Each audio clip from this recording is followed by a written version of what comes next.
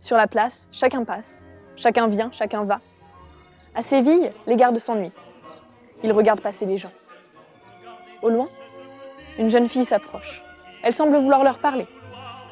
Jupe bleue, natte sur l'épaule, Micaëla cherche un brigadier du nom de Don José. Hélas, il n'est pas encore là. Il viendra avec la garde montante. Micaëla repart. Lorsque la garde montante arrive, elle est déjà loin. Mais le caporal de Don José l'informe qu'il y avait une jeune fille pour lui et qu'elle avait un message. La cloche a sonné. Les cigarières sortent de la manufacture de tabac. Elles s'avancent vers les hommes qui viennent les séduire. Mais elles savent que ce ne sont que de belles paroles. Les hommes attendent Carmen. Ils la cherchent. Ils l'espèrent. Ils ne veulent d'elle qu'un geste, un regard, une parole. Carmen est là. Elle séduit les hommes. Elle chante, elle danse, elle se déhanche. Et là, elle le voit. Don José, assis sur ce banc. Elle tente de le séduire. En vain. Alors elle sort une fleur de son corsage et lui jette au visage. Micaëla a assez attendu. Don José est arrivé. Pour lui, elle a une lettre, un peu d'argent et quelque chose de bien plus précieux encore. Elle n'ose pas. C'est un baiser de sa mère. Avec ce baiser, tous deux chantent les louanges du village où ils ont grandi. Finalement, José ouvre la lettre. Dedans, il découvre que sa mère souhaite qu'il épouse la jeune fille même qui lui a apporté le message. Gênée, Micaëla s'enfuit. Des cris retentissent près de la manufacture de tabac. Des femmes se battent. C'est la Carmencita! Non, c'est la Manuelita! Carmen a tailladé le visage de sa camarade et les cigarières prennent parti. José est envoyé à la manufacture pour trouver la coupable. Il sort avec Carmen, qui nargue les soldats.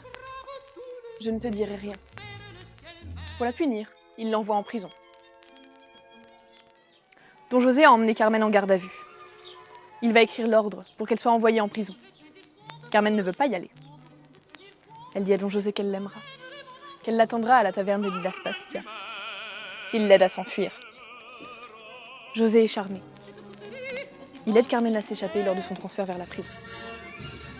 Pour sa négligence, il y sera envoyé à sa place.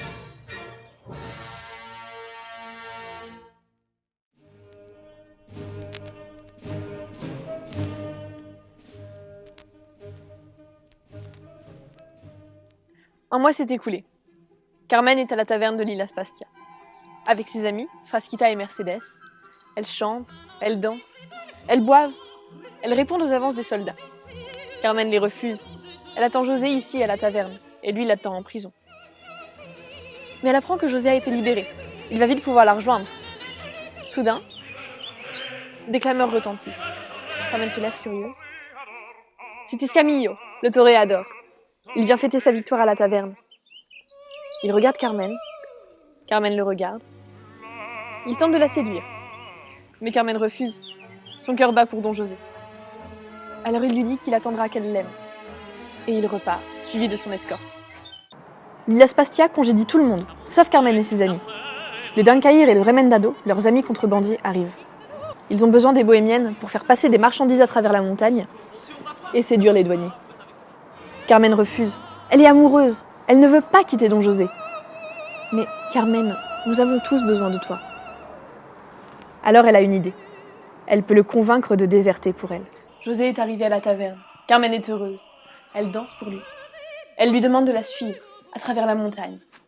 José refuse. Il ne veut pas déserter. Carmen s'énerve. Il ne l'aime pas alors. José la quitte et en sortant se heurte à son supérieur, venu courtiser Carmen à son tour. Pris de jalousie, José le défie. C'est un acte de trahison. Il n'a plus le choix. Il devra suivre Carmen.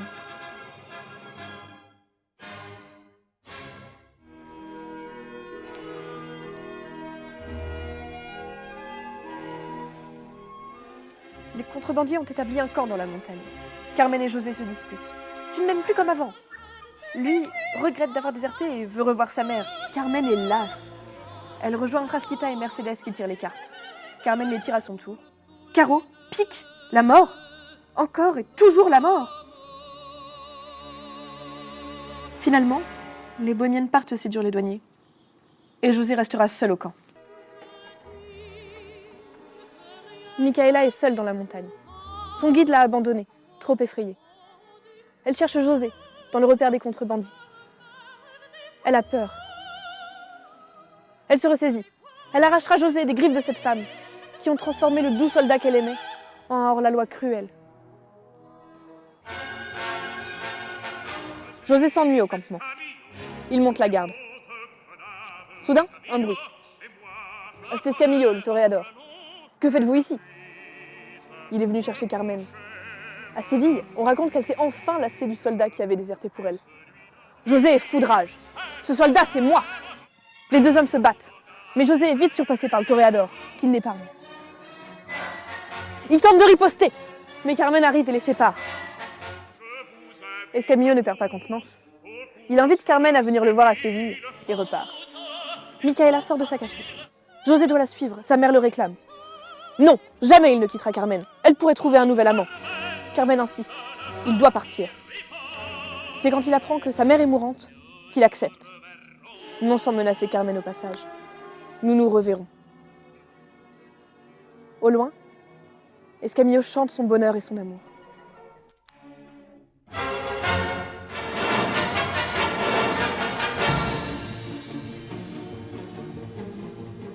C'est jour de fête à Séville.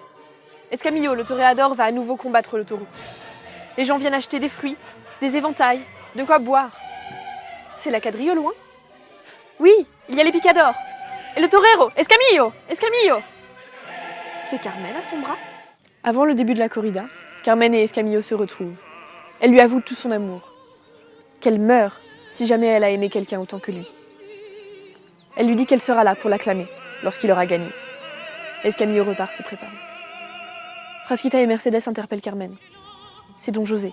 Il est dans la foule. Elle s'inquiète de ce qu'il pourrait faire. Mais Carmen n'a pas peur. Elle l'affrontera, une bonne fois pour toutes. Carmen est sur l'esplanade, devant la reine. Elle va confronter Don José. On lui a dit de s'inquiéter, qu'il pourra en vouloir à sa vie. Mais Carmen n'a pas peur. José lui dit qu'il ne lui veut aucun mal. Il l'implore, la supplie de l'aimer à nouveau, de recommencer, d'oublier le passé. Carmen refuse. Elle n'a qu'une parole. Entre eux, tout est fini. Des clameurs retentissent dans l'arène. C'est Escamillo. Il triomphe du taureau. Carmen lui a promis qu'elle serait là. Elle court pour le rejoindre. José la retient. Elle se débat. Il la menace. Elle ne passera pas. Elle doit le suivre ou mourir. Et bien que je meure. Dans un élan de rage, José la poignarde. Carmen s'effondre. La foule accourt pour arrêter son meurtrier.